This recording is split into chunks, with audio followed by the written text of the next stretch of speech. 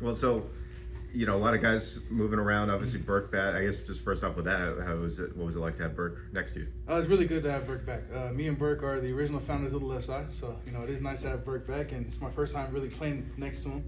So yeah, it's super refreshing to have him back. Older guy, super huge vet in our room, and it was good to have him back. And then, I mean, initially he was supposed to be kind of where you were, vice versa.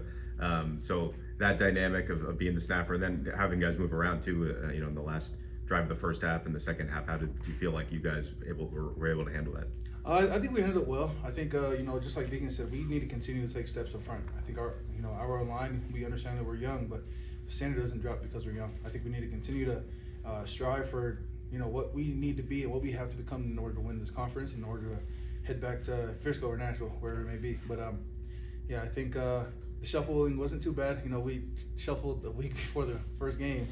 So I think guys handled it well, and we just went out there and played 6 drives of good football. So I guess 4 games in, how do you feel like? Where do you feel like you guys are at, kind of in terms of run blocking? I definitely think we've taken steps. Oregon was a little rough, and South Dakota State was, it wasn't up to our standard at all. I think we've definitely taken steps, but I think we need to continue to take more steps, but have a better sense of urgency. I don't think we can continue to take little baby steps up front, and that all starts with me. I'm the old guy in the room, and I'm the center. I think we need to be able to take bigger steps as a group, not individually. Oh, sorry. You just mentioned the shuffling around. Just how comfortable have you felt, snapping the ball and just playing center and everything? Honestly, not too uncomfortable. Sometimes it feels a little weird, but you get over that really fast. Coach Smith did a good job of making me play center all spring.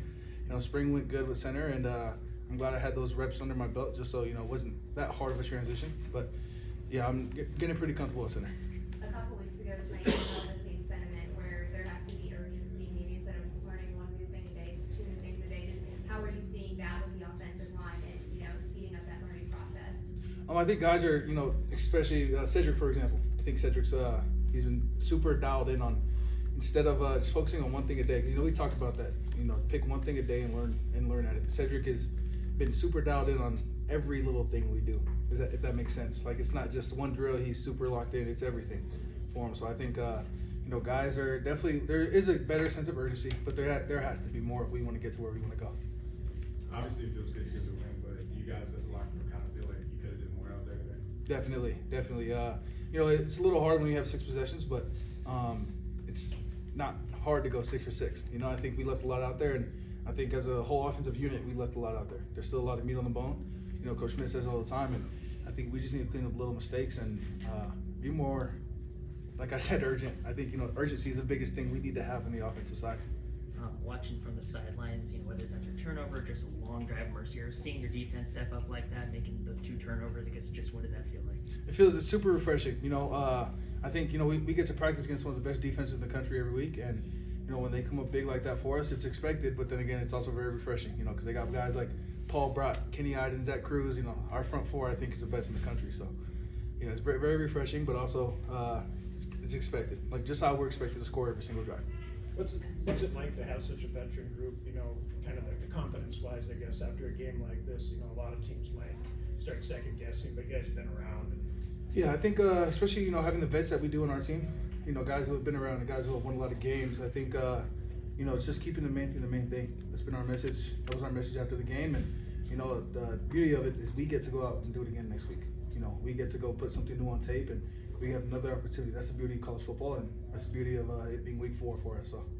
I know you guys will enjoy this win for a day, but with conference play starting next week, the target's on your back. How do you guys defend the title? I think, just really the little things. I think going back to punching people in the mouth and playing Bobcat football. It sounds cliche, but it's really what it is.